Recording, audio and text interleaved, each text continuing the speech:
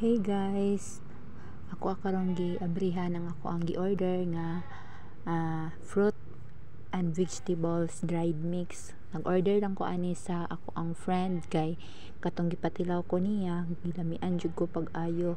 So ni try ko og order og tulo ka buok kay naaman siya shipping voucher.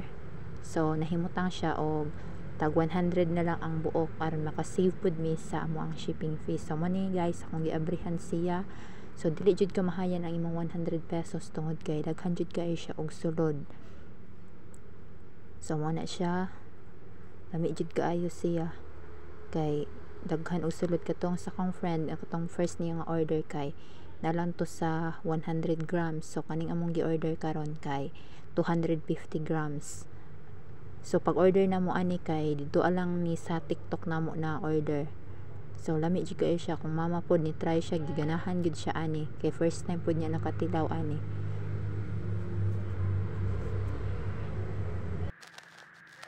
So ako rin siyang gitilawan. So ang una rin ang gitilawan kay ang sa katong banana, then kana ang red kay beetroot na siya, then naa siya okra pod na sulod, na carrots. So kana siya kay kanang taro katong white ang color or sa Bisaya pa kay karlang.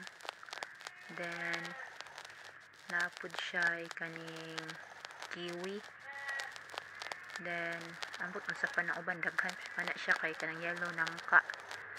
Napud siya kaning mushroom. So nagtasik-tasik gyud siya. So kung gusto mo palit guys, nindot ka ini kay healthy gid kaayo siya para sa ato tungod kay fruits and vegetables lang siya nga gihimo siya chips. So akong papa ug akong manghod wala pa katilaw ani, pero na may gibilin sa ilaha.